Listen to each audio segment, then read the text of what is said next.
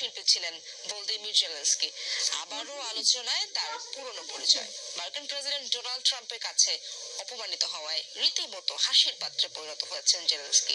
নিন্দুকেরা বলছেন, হোয়াইট হাউসে ট্রাম্পের বাক্যবাণের মুখে ফুটে উঠেছে ইউক্রেনীয় প্রেসিডেন্টের দুর্বল ব্যক্তিত্ব।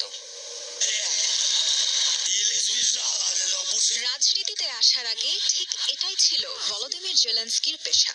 আইন বিভাগে ডিগ্রি থাকলেও মঞ্চে পারফরমেন্সের ঝোঁক ছিল সেই স্কুল জীবন থেকে। কমেডি করতেনও দারুণ, তাই প্রাতিষ্ঠানিক ডিগ্রিকে ছুঁড়ে ফেলে পেশা হিসেবে কমেডিকেই বেছে নেন। অল্প কিছুদিনের মাঝেই হয়ে যান ইউক্রেনের নামকরা জোকার। হুট করেই যেন এই জোকার হয়ে যান ইউক্রেনের প্রেসিডেন্ট।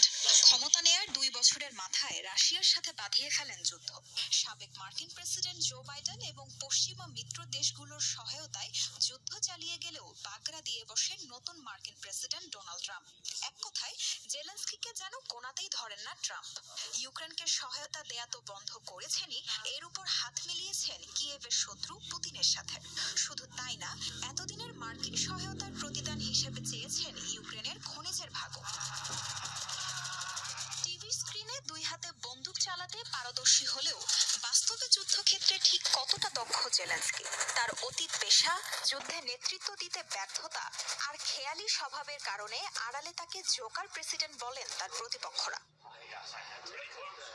গেল শুক্রবার অপমানিত হওয়ার পর আবারও হাসির পাত্রে পরিণত হয়েছেন ইউক্রেনীয় প্রেসিডেন্ট ভলোদিমির জেলেনস্কি।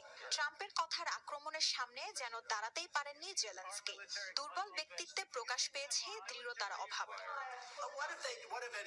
একজন রাষ্ট্রীয় অতিথি হিসেবে জেলেনস্কিকে আপ্যায়ন তো ট্রাম্প করেনি, বরং অতিথিকে খাবার না খাইয়েই বের হয়ে যেতে বলেন হোয়াইট হাউস থেকে। ইতিহাসে কোনো প্রেসিডেন্ট এত অপমান অপদস্থ হয়েছেন কিনা তাও ভাববার বিষয়। তবে সারা বিশ্বের কাছে হাসির পাত্র হলেও ভলোদিমির জেলেনস্কি বেশিরভাগ ইউক্রেনীয়দের কাছে জনপ্রিয়। ইউক্রেনের প্রেসিডেন্ট হিসেবে জেলেনস্কিকে যোগ্য মনে করছেন তারা। তাসরিয়ান সোবহান,